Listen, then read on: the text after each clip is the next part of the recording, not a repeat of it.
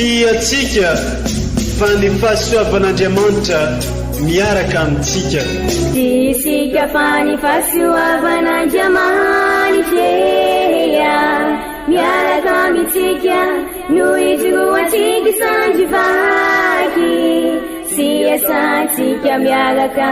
aminy. Ny fianakaviana no tany ketsa ipoiran'ny vocation. Déploie ton cœur et viens nous sauver. Délivre-nous de tout. Fa sisika tokoa fa ny fahasoavan'Andriamanitra miaraka amintsika. Sisika fa ny fahasoavan'Andriamanitra miaraka amintsika noho ijoroantsika sandrivaky sy asantsika miaraka aminy. Fa olo raika atokotrantsika ao aminy, fianakaviana iray ao aminy, tsy misy evitrevitra. Ny olo no mampizara indraindray, fa Andriamanitra i Jesoa lay mpiandrony tsara ran'olotra ny aina, olo raika. Ary ao amin'ny fiangonana, ao amin'ny eglizy dia sambatra atsika mahasapa an'izay.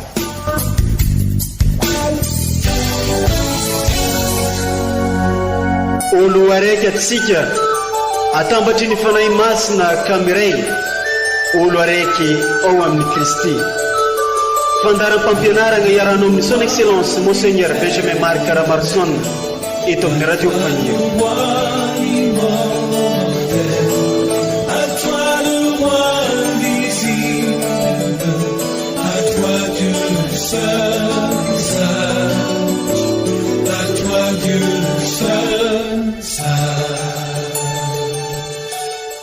Natsangan'i Jesoa Kristy ho fanjakana ampisorona isika ho an'Andriamanitra rainy, ka ho azy aneny voninahitra mampahefana mandrakizay. Amen. Ankafaliagna ankaravoagna no anloragna fiarabagna antsika jiaby izay magnaraka tsy tapaka ity onjam-peon'ny radio Fagnery mamintsika ity. Izay onjam-peo mamitambatra antsika ho iray sady onjam-peo mitady mandrakariva ny anitatra ny fanjakan'Andriamanitra eto amin'ity diosèzy mamintsika ity. Isaoranay ianao izay mankamamy sy mankafi ireo fampianarana sy toritenin'ny Monseigneur Archevêque eto amin'ity onjam-peon'ny radio Fagnery mamintsika ity. Toloranay fiarabagna antsika EOV jiaby tratrany izao alakamisy masigny amin'ity taona 2024 ity na ny fahatsiarovagna ny fanasan'ny Tompo. Koa amin'izao alakamisy masigny izao dia vaky tenitelo no arosin'ny eglizy amintsika. Ndeo renesitsika ire vaky teny masigny atolotry ny eglizy amintsika izay arahana fampianarana sy toriteny avy amin'ny Monseigneur Archevêque ray aman-drenitsika.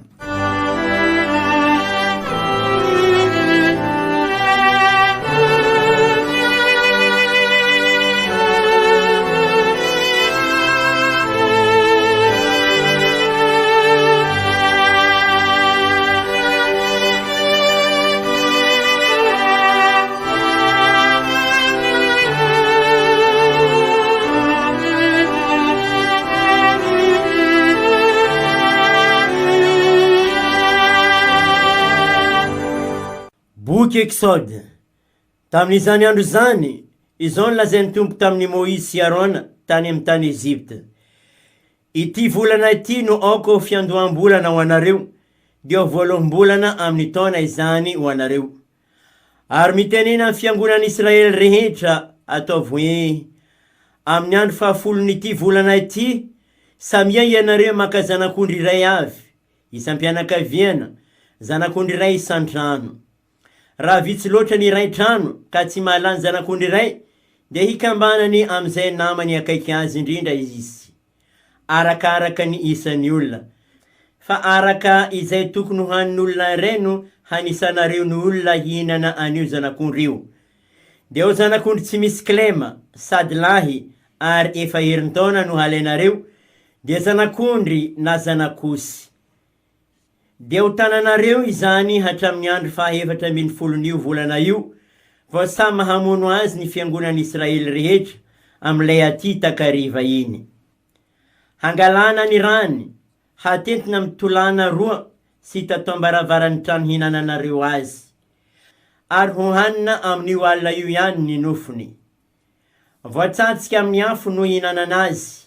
miaraka amin'ny mofo tsy misy lalivay sy anana mangidy. Ary toy zao ny hinananareo azy: andilana voasikina, ny tongotra voaiskapa, ny tanana mitanatehina, ny fihinanana azy atao faingana pakan'ny tompo izany. Handalo mamaky ny tany Ezipta aho amin'io andro io, ka ny lahy matoa rehetra amin'ny tany Ezipta vonoiko, hatramin'ny olona ka hatramin'ny biby. Hisy fitsarana ho efaiko momba ny Andriamanitra Ezipta rehetra, fa izaho no tompo. Ny rano dia famantarana hitsimbinana anareo amin'ny trano misy anareo. Ho hitako ny rà dia ho lalovako fotsiny anareo, ka tsisy loza ahafaty anareo rehefa hameliny Ezipta aho. Hataonareo tsy ho very tadidy izany andro izany, fa ankalazainareo amin'ny fety hideranan'ny tompo, ankalazainareo amin'ny taranaka mifandimby, ho zavatra nalahatra haharitra mandrakizay. Izany ary ny tenin'ny tompo, isaorana ny Andriamanitra.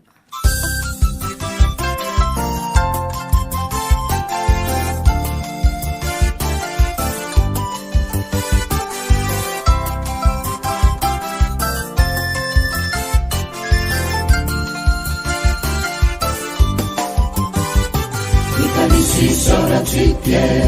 Andriamanitra, ilaisoatsika ny rany Kristy, ny kalisy isaoratsika Andriamanitra, no iraisatsika aina aminy. Ny kalisy isaoratsika Andriamanitra, ilaisoatsika ny rany Kristy, ny kalisy isaoratsika Andriamanitra, no iraisatsika aina aminy. Natokana nisy nanentika azy, nilaza zao hoe farafahoriny, fantaitra homany navaky hoe fandainga avokoa ny olombelona. Inona navaky ny tompono, famante maro misonataony, araiky ny kalisy mpamonjena, azokony anarany tompotsika. Ny kalisy isaoratsika Andriamanitra, dia ilaisoatsika ny rany Kristy. Ny kalisy isaoratsika Andriamanitra, no iraisatsika aina aminy. Efaiko ny voato zay nolazaiko, efaiko anatrehan'ny firenena, tsy zakany tompo tokoa ane. Ny hoe ahafatsy zay mino azy, minomboka satria mpanompo aho, satria mpanompo matokena aho, zanaka mpanompo vavina aho, indro migadraka solina aho. Ny kalisy isaoratsika Andriamanitra, dia ilaisoatsika ny rany Kristy. Ny kalisy isaoratsika Andriamanitra, no iraisatsika aina aminy. Anaty nasorom-pisaranao, niazoko ny fokony anaranao, efaiko ny voatika taminao, efaiko anatrehan'ny firenena. Efaiko akiantan'ny tranonao, Jerusalema tanànanao, mandeha isaotra ny raisika, ny zanany mety no tiatsika. Ny kalisy isaoratsika Andriamanitra, dia ilaisoatsika ny rany Kristy. Ny kalisy isaoratsika Andriamanitra, no iraisatsika aina aminy. Ny kalisy saratsika anadiamanitra ilay sotroatsika ny rany Kristy nikalisy saratsika anadiamanitra no niraisatsika ainaminy. Vaky teny masiny faharoe taratasy voalohany masinday Paoly apôstôly ho an'ny kristianina tany Korinto. Ry kristianina havagna, izao no niraisiko tamin'ny Tompo sy nafindrako taminareo kosa. Tamin'ny alina namadiana azy iny Jesoa dia nandray mofo, ka noho nefa nisaotra izy dia namaky azy sy nanao hoe raiso aro ano fa vatako ity ho anareo. Manaova izao ho fahatsiarovanahy. Toy izany koa no nefa avy nihinana dia hoy izy kalisy fanekena vaovao amin'ny rako ity. Manaova izao ho fahatsiarovanahy isaky ny misotro ianareo. Fa isaky ny mihinana ity mofo ity sy misotro amin'ity kalisy ity ianareo dia manambara ny fahafatesan'ny Tompo mandra-piaviny. Izany ary ny tenin'ny Tompo isaoragna ny e Andriamanitra.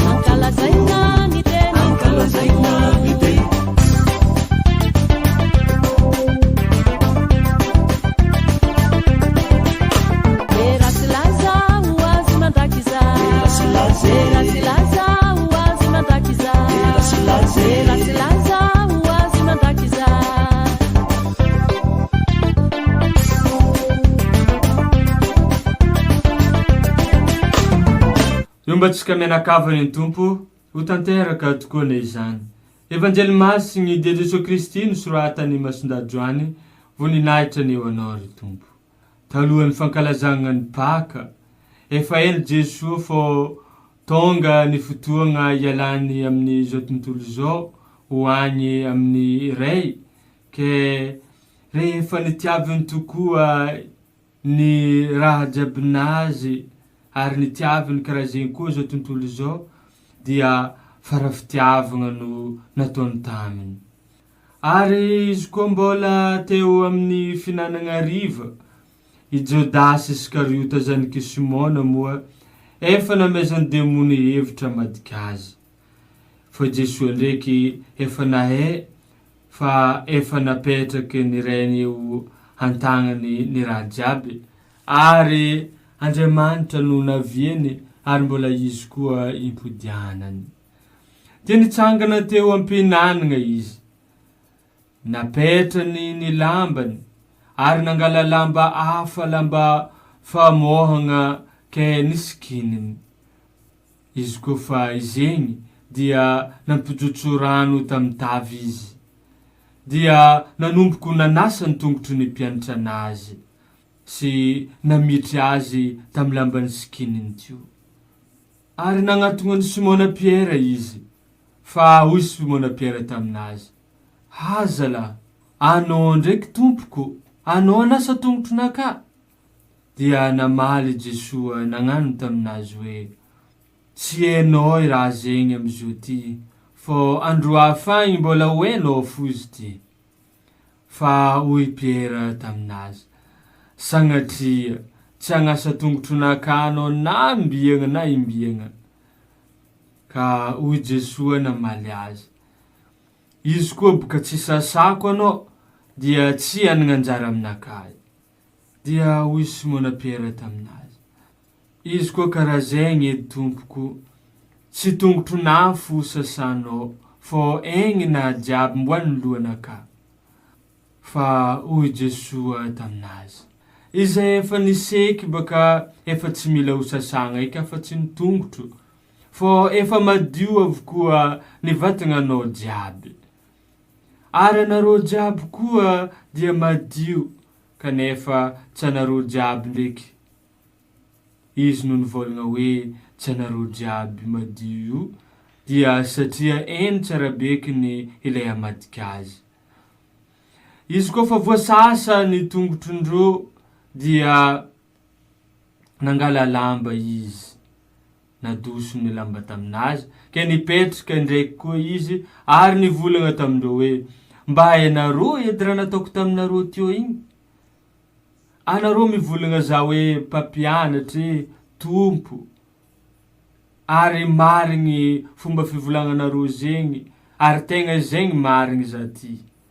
Ke izy koa za antsovinandre tompo ndraiky mpampianatra isanandra igny aza manasa tongotronareo, anareo samby anareo koa dia tsy maintsy hifanasa tongotro, satria namezako fianaragna anareo mba hagnanaovanareo karaha ilay nataoko taminareo koa amin'ny namanareo. Izany araka ankalazaontsika ny tenin'ny tompo, dia rany eo anao ry Kristy.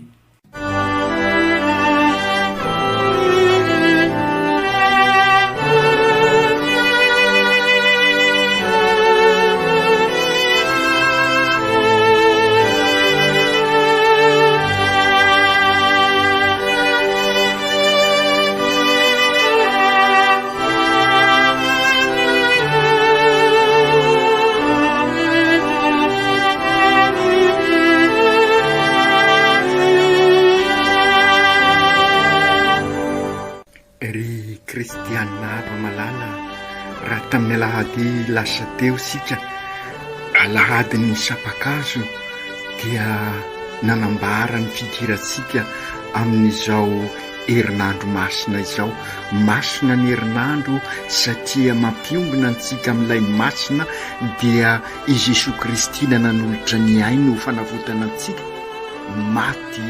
ka nitsangako velona ka raha miara-maty aminy amin'ny fahotanitsika dia hiara isangana aminy amin'izao paka izao. Ary dia izay no mampiditra sika ary amin'izao alakamisy masina izao.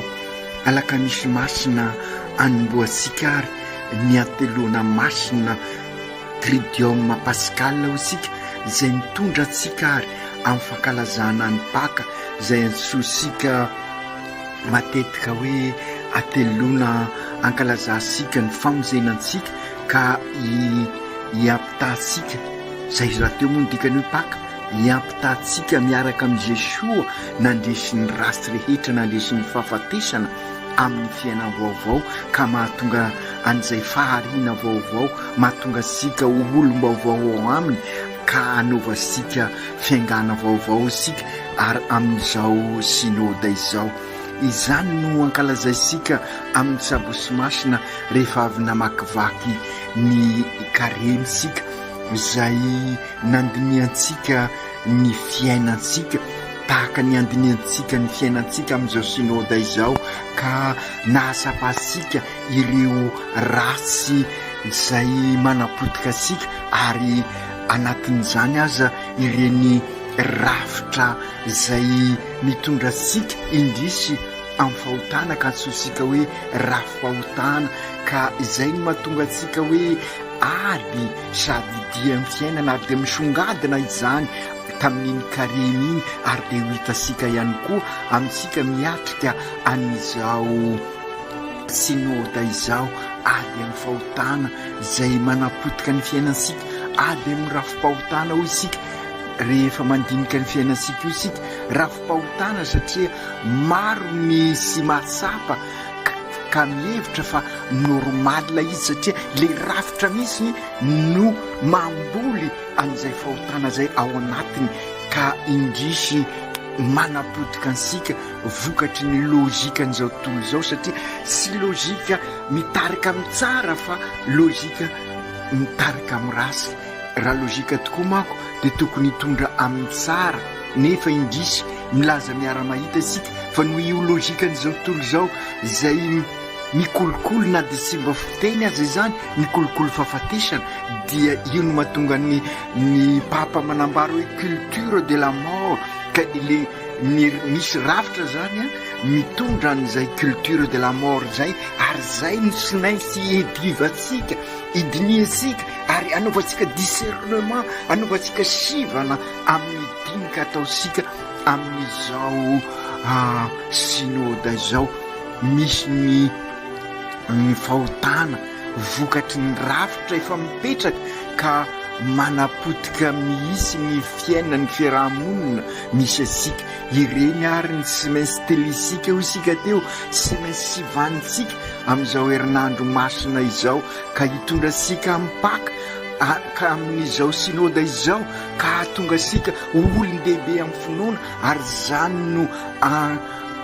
amafisika amin'ny sabosy masina raha manao lay fekempinoana lehibe sika anambara asika ny fiombonantsika amin'ny Jesoa ka raha miaraka miombona amin'ny Jesoa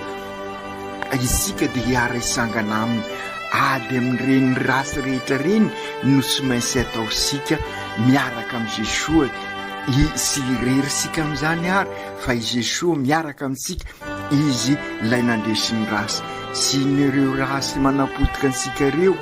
fa ireny tsy rariny eo amin'ny fiainansika reny ireny fanidikilina eo amin'ny fiainansika reny vokatry ny avonavona ny fialonana sy ny fitiavatena ireny ny rafi-pahotana ka mila idiovina fa indrindra amin'izao fidirasika amin'ny paka izao ka tonga sika olom-baovao maniry anao départ vaovao fiaingana vaovao ady amin'ireny fitapitaka sy ny risoriso ny fandresen'ny Kristy kosa izay mitarika sika amin'ny lozikan'Andriamanitra dia mitondra sika amin'ny fihavanana marina ilay fihavanana sady kristianina no malagasy izay no nahatonga ny masin-dahapôly nanambara fa i Kristy ny fihavanantsika izany hoe fihavanana sady kristianina no malagasy ka ampihavana sika amin'ny zavaboary ampihavana antsika amin'ny tontolo-piainansika ampihavana antsika amin'ny tontolo-pinoansika ka amin'izay rafi-piainana vaovao manambara ny mahazanak'Andriamanitra sika ka mitondra sika amin'ny fanorenana an'ilay tranoben'Andriamanitra ka hatonga sika olo raika ao aminy isika ziaby olo raika fratelli tutti ary izay no paka irisika ka izany ny fankalazana ny paka ka araky ny ambarasika dia sy fahaserovana fotsiny no ataosika fa ny asan'ny fanahy masina izay mamola vola sika anaraka ny lozikan'Andriamanitra dia ivelomasika sahady ireny ary izay no mahatonga ireny famantarana maro amin'ny liturgia satria ny liturgia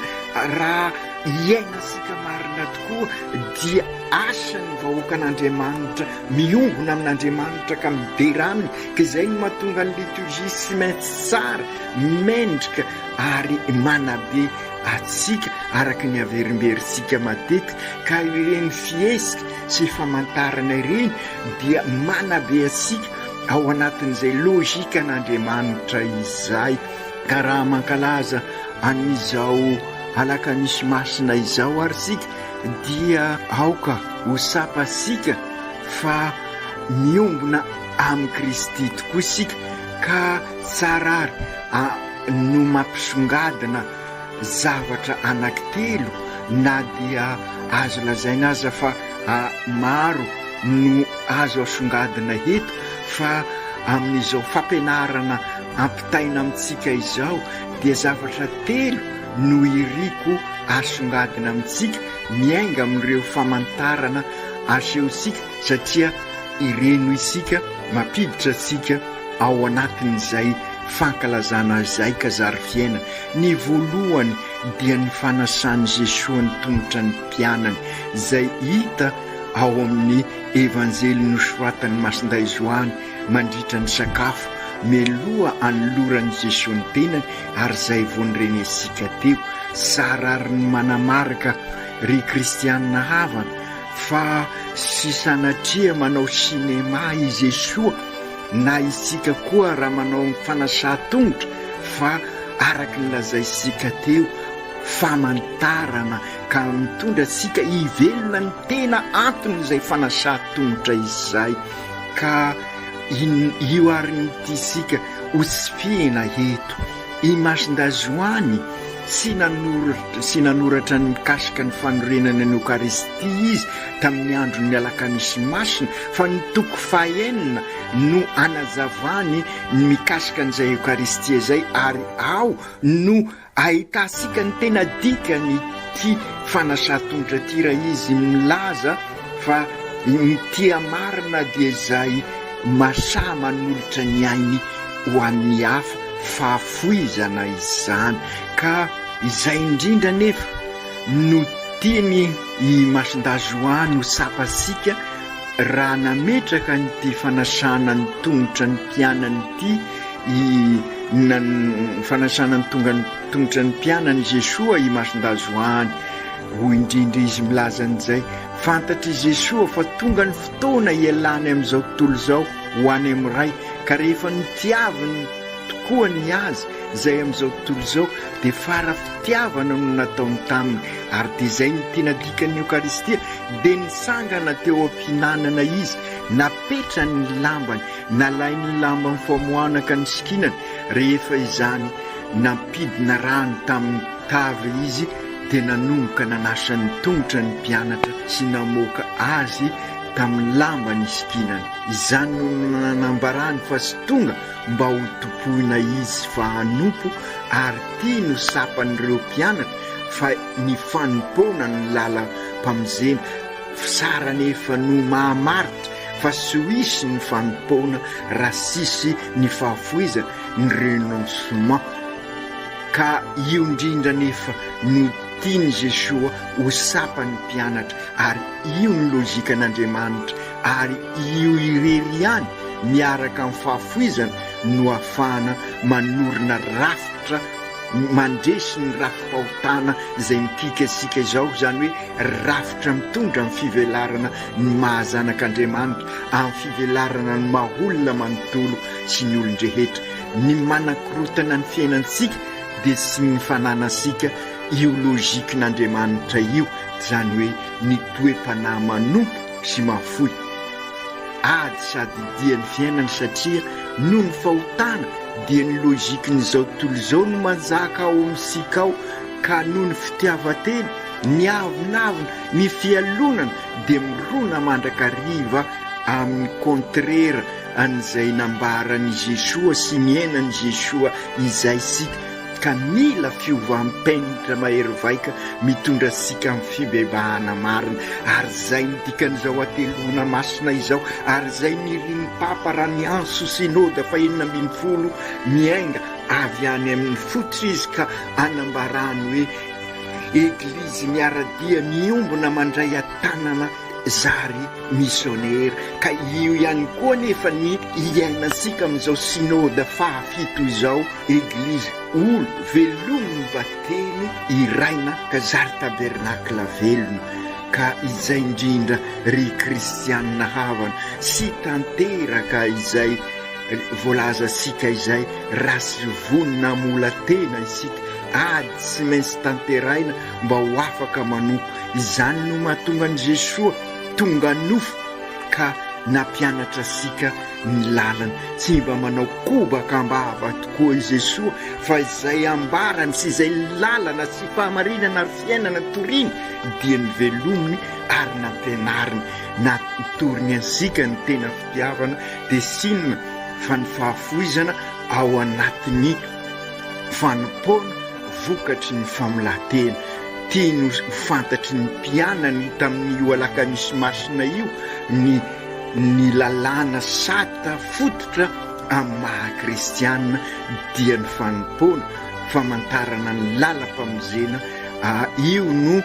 ankalazaina amin'izao alakamisy masina izao ka sy maintsy zary fiainana fa sy fahaserovana fotsiny ho ansika io no mitondrasika amin'ny départ vaovao irisika amin'izao paka 2024 izao 2022 ary mitondrasika amin'ny fivelomana ny synode araky ny lazaisika teo ary zay no mahatonga any Jesoa milaza ao amin'ny evanjely teo ataovy izao ho fahaserovana ianareo manao ahy hoe mpampianatra sy tompo ary marina ny filazanareo fa izany tokoa ao ka raha izao tompo sy mpampianatra azy nanasa ny tongotrareo ianareo samy anareo koa dia tsy maintsy hifanasa tongotra satria nomeko fianarany ianareo mba hanaovanareo toy ny nataoko taminareo zany no nambarany Jesoa amintsika ary ataoko fanambarana manetriketrika solalaila amin'izao alaka misy masina izao zay ankalazasika ny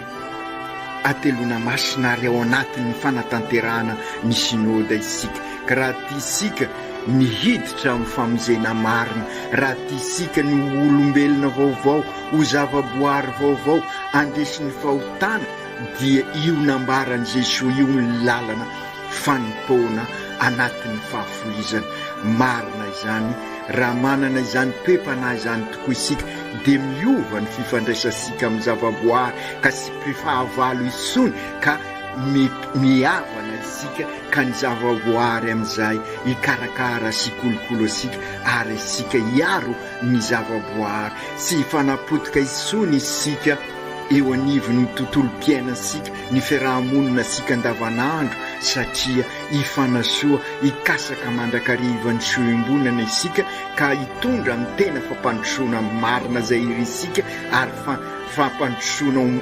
lovanjafy araky ny fomba fitenisika satria mampivelatra ny maholona manontolo sy ny olon-drehetra ka iova noho izany koa ny tontolo mpinoasika satria anompo an'Andriamanitra araky ny mahazanany asikasika ka resy ilay rafim-pahotana fa rafi-pivelarana no mandrafitra ny fiainansika rafitra eukaristika ary zany no ankalazaisika amin'izao alaka misy masina izao ary de toizasika amin'ny alalan'ny adoration rehefa avy eo hitondra sika amin'ny fankalazana ny zoma masina ka iombonasika amin'ny Jesoa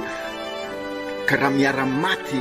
amin'ny fahotana miaraka amin'ny Jesoa sika dia hiaraka hisangana amin'ny anana ny fiainam-baovao amin'paka amin'ny sabosy masina ny faharoa tiako zaraina amintsika ihany koa amin'izao alaka misy masina zao ary manohy ny hevitra teo dia ny fanorenana ny eukaristia zay namaranasika ny fampianarana voalohany iny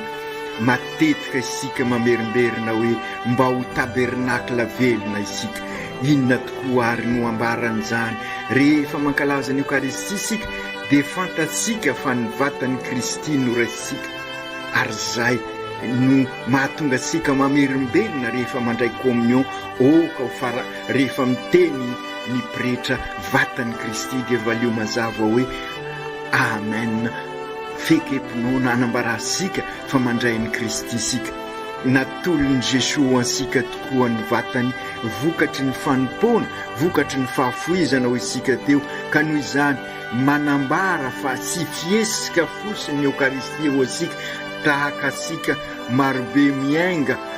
avy any an-trano ka miditra ao an-deglizy ka miaraka mankalaza ny eukaristia sy mandray manao communion masina manambara ny fiombona hitasika fa nanova io mofo io vokatry ny asasika ny fanahy masina ka izany indrindra no tiany eglizy tiany Kristy ampahafantarina ansika sy iainasika fa fiombonana ny eukaristia ary zay manodika no hiteny communion izany no azahosika ny famonjena ary ho zary fanekempihavanana ahatonga sika ho ray aina amin'ny Kristy ho raika ao amin'ny Kristy ho zanak'Andriamanitra isika ho frately toty ao aminy ka noho izany ny fankalazasika ny eukaristia dia manorina ny eglizy olona velona ka ahatonga sika olo raika ao amin'ny Kristy marina mandray ny Kristy isika tahaka ny Kristy nandray an'i Jesosy rehefa avy nolazai ny anjely miaraka anjely Gabriely masiny Maria, ka noho izany koa rehefa miombona amin'ny Kristy isika dia miombona amin'ny olombelona nivozen'i Kristy, ka miombona eglizy olona velona, ka iraina tahaka ny masiny Maria isika hitondra ny Jesosy eo amin'ny mpiarabelona, ka izay indrindra no ambarany ny teny hoe tabernakla velona, satria isika noho izay fiombonasika amin'ny Kristy izay dia zary toerana misy an'i Kristy, ary dia izay ny tabernakla toerana misy an'i Kristy. Izay ihany koa no mitondra sika amin'ny fampianarana fahatelo, dia no isika tabernakla velona dia zary Eukaristia fanorenana isika, zany hoe izao fankalazasika amin'ny alakamisy masina izao dia isantarasika ny fanolorantenan'i Jesosy amin'ny lakroa, ka mahatonga sika ho zavaboary vaovao, olom-baovao ao amin'ny Kristy, mahatonga sika anana n'ilay fihavanana vaovao amin'ny Kristy, fanekempihavanana vaovao, ka ny ain'ny Kristy sy ny ranalasan'ny Kristy no fanorenana an'izay fanekempihavanana izay. Ka izay indrindra ry kristianina havana fampianaranao ansika izany, satria isaky ny mankalaza ny Eukaristia isika dia mankalaza n'izay fanekempihavanana izay, ka izay no mahatonga sika hoe fihavanana sady kristianina no malagasy, ka zary eglizy iray isika, fianakavian-ben'Andriamanitra isika, fianakavian-Janahary, ka manorina an'izay eglizy olona velona izay, ka manorina ilay tranobe efa rotodotika ny fahotana, ka izay indrindra ny fiainana eukaristika ao isika iraina isika, manorina ny tranobe n'Andriamanitra, ary izay no mahatonga sika ho génération mpanorina, ary dia izay no antom-pisian'izao synôda izao, araky ny lohevitra sady teny fanentanana ao asika eglizy olo velomin'ny mbateny miombona mandray antanana iraina ho tabernakla velona, ka aokary rehidrahitra ny fosika amin'izao alakamisy masina izao, iroso amin'ny adoration sika amin'ny fisaonan'izay sakramenta masina izay isaoko an'i Jesosy isika, ka mampiombona ansika amin'i Jesosy izay fantsina amin'ny azo fizaliana, ka oka hifansika eo ny fahotansika, ka lentika ao ampasana fa lay olom-baovao sy zavaboary vaovao izay manorina rafi-piainana vaovao ao anatin'ny fanorenana ny tranobe iombonana izay no hiainansika amin'izao paka 2024 izao. Ry Jesosy Tompo, tamin'ny alakamisy masina ianao no nanolotra ny Eukaristia voalohany ary nanorina ny eglizy izay tanteraka eo amin'ny fanoloran-tenanao amin'ny zoma masina, koa afao ny fonay esory ao aminay ireo vato misakana vokatry ny fahotana, napetraka ny rafi-pahotana, engany mbanjaka bebe komponay nohatra velona nomenao, ka vonina izahay ifanasa tongotra, izany hoe ifanasoa, ifanompo amin'ny ataona rehetra, ifampizara satria mahafoy ka ndresy ny ireo lozikan'izao tontolo izao, ka hikasaka mandrakariva ny lozikan'Andriamanitra, dia sinona ny fampanjakana ny rariny sy ny hisiny ao anatin'ny fifanasoavana, ka hikatsana mandrakariva ny soa-iombonana mba hahatonga anay koa ho génération mpanorina, manorina ny tranobe n'Andriamanitra, manorina ny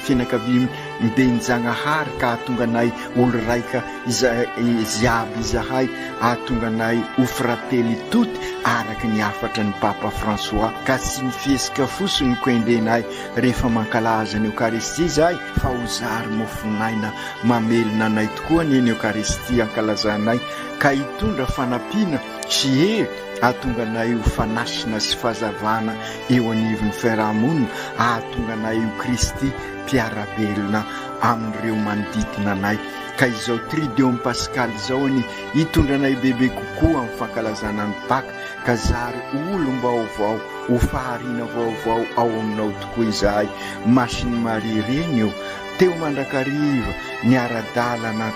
tamin'i Jesosy zanakao ianao, miara-dalana amin'ny eglizy mandrakariva ianao, ka ampio zahay anana fo vonina mahafoy tahaka anao, ka vonina anompo fa izany ny lalam-pamonjena ho anay. Masinday Josefa ray mpiaron'ny eglizy eran-tany eo, mivavaha ho an'ny ray rehetra sy ireo tompona ndraikitra rehetra, mba ahay anararotra an'izao fankalazana izao, ka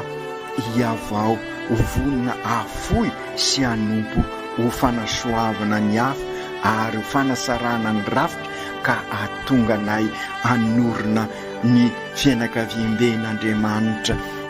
dia ny tranoben'Andriamanitra, ka zary olo raika izahay ziaby ho frately toty araky ny fampianaran'ny Papa. Aoka tanteraka izany amin'ny anaran'ny Ray sy ny Zanaka sy ny Fanahy Masina. Amen.